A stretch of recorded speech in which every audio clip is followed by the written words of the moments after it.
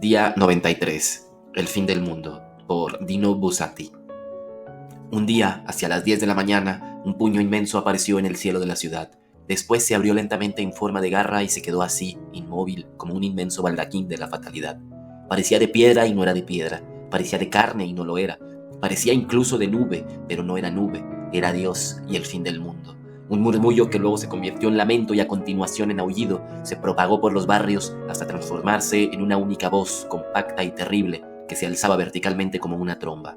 Luisa y Pietro se encontraban en una plazuela acariciada por un tibio sol y rodeada por fantasiosos palacios y jardines, pero en el cielo, a una vertiginosa altura, se hallaba suspendida la mano. Las ventanas se abrían de par en par entre gritos de desesperación y terror. Jóvenes señoras a medio vestir se asomaban a mirar el apocalipsis, mientras el aullido inicial de la ciudad se iba aplacando poco a poco. La gente salía de las casas, por lo general corriendo. Sentían la necesidad de moverse, de hacer algo, pero no sabían a dónde ir. Luisa se echó a llorar a lágrima viva. Lo sabía, balbuceaba entre sollozos. Sabía que acabaría así. Me empeñaba en no ir a la iglesia, en no rezar mis oraciones. Me importaba un bledo y ahora sabía que acabaría así. ¿Qué podía decirle Pietro para consolarla? Él, a su vez, se echó a llorar como un niño. La mayoría de la gente también lloraba, sobre todo las mujeres. Solo 2 frailes, 2 avispados viejecitos, estaban felices como unas pascuas. ¿Y ahora qué, listos?, imprecaban alegremente a los transeúntes más respetables mientras apretaban el paso. Parece que ya no sois tan listos, ¿eh? Ahora los listos somos nosotros, reían sarcásticamente. Nosotros, de los que siempre os habéis burlado, a los que siempre habéis considerado unos estúpidos. Ahora veremos quiénes son los listos.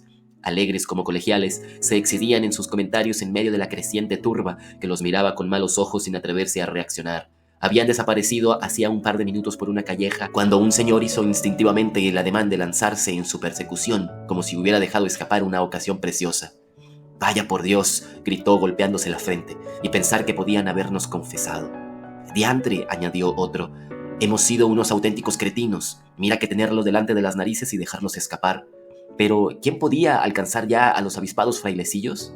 Mujeres y hombretones antes presuntuosos regresaban entretanto de las iglesias, frustrados y desanimados. Se decía que los mejores confesores habían desaparecido, probablemente acaparados por las más altas autoridades y por los industriales poderosos. Era muy extraño, pero el dinero seguía conservando cierto prestigio, aunque fuera el fin del mundo. Quizá, quién sabe, la gente considerara que faltaban todavía unos minutos, unas horas, tal vez incluso algunos días. En cuanto a los confesores que quedaban disponibles, se habían formado unas aglomeraciones tan espantosas en las iglesias que era mejor olvidarse de ellos. Se hablaba de graves accidentes ocurridos precisamente por el excesivo gentío, o de pillos disfrazados de sacerdotes que se ofrecían a confesar incluso a domicilio pidiendo precios desorbitados. Por otro lado, jóvenes parejas se apresuraban a hacer una vez más el amor, tumbándose en el césped de los parques sin el más mínimo recato. Mientras tanto, la mano había adquirido un color terroso, a pesar del resplandor del sol, por lo que daba todavía más miedo. Comenzó a correr la voz de que la catástrofe era inminente. Algunos aseguraban que no se llegaría a mediodía. En ese preciso instante, en la elegante galería de un palacio, ligeramente por encima del nivel de la calle, se accedía a ella por 2 tramos de escalera en forma de abanico, se vio a un joven cura. Con la cabeza hundida entre los hombros, caminaba apresuradamente como si tuviera miedo a morir. Era extraño ver a un cura a esas horas en aquella suntuosa casa poblada de cortesanas. ¡Un cura! ¡Un cura!», se oyó gritar en alguna parte. Rápidamente, la gente consiguió detenerlo antes de que pudiera huir. «¡Confiésanos, confiésanos!», le gritaban. Pálido como la cera, fue llevado a una especie de pequeño kiosco que, a modo de púlpito cubierto, sobresalía de la galería. Parecía hecho a propósito para la ocasión. Decenas de hombres y mujeres se congregaron al instante a su alrededor, alborotando, irrumpiendo desde abajo, trepando por los salientes ornamentales, agarrándose a los barrotes y al borde de la balaustrada. Por lo demás, no se hallaba a demasiada altura. El cura empezó a recibir confesiones. Escuchaba rápidamente las atormentadas confidencias de los desconocidos, que ahora no se preocupaban de que los otros pudieran oírles. Antes de que hubieran acabado, hacía con la mano derecha una breve señal de la cruz, les absolvía y pasaba de inmediato al siguiente pecador. Pero ¿cuánto sabía? El cura miraba aturdido a su alrededor, calculando la creciente oleada de pecados que tenía que perdonar. Con grandes dificultades, también Luisa y Pietro llegaron hasta allí debajo, guardaron turno y consiguieron que les escuchara. «Nunca a misa, digo mentiras», gritaba a toda prisa la jovencita por temor a que no le diera tiempo en un frenesí de humillación. «Y además todos los pecados que usted quiera, puede añadirlos todos, y créame que no es por miedo por lo que estoy aquí, sino solo por el deseo de estar cerca de Dios. Le juro que...», y estaba convencida de que era sincera.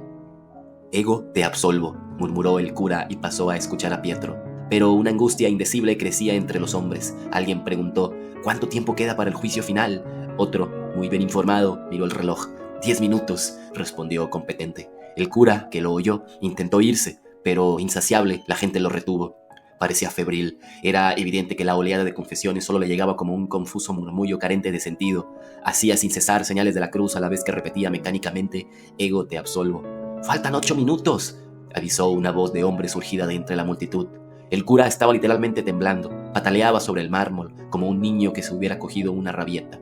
«¿Y yo? ¿Y yo?», empezó a suplicar, desesperado. Aquellos miserables le privaban de la salvación del alma. Que se fueran todos al diablo. Pero ¿cómo librarse? ¿Cómo conseguir ocuparse finalmente de sí mismo? Estaba a punto de echarse a llorar.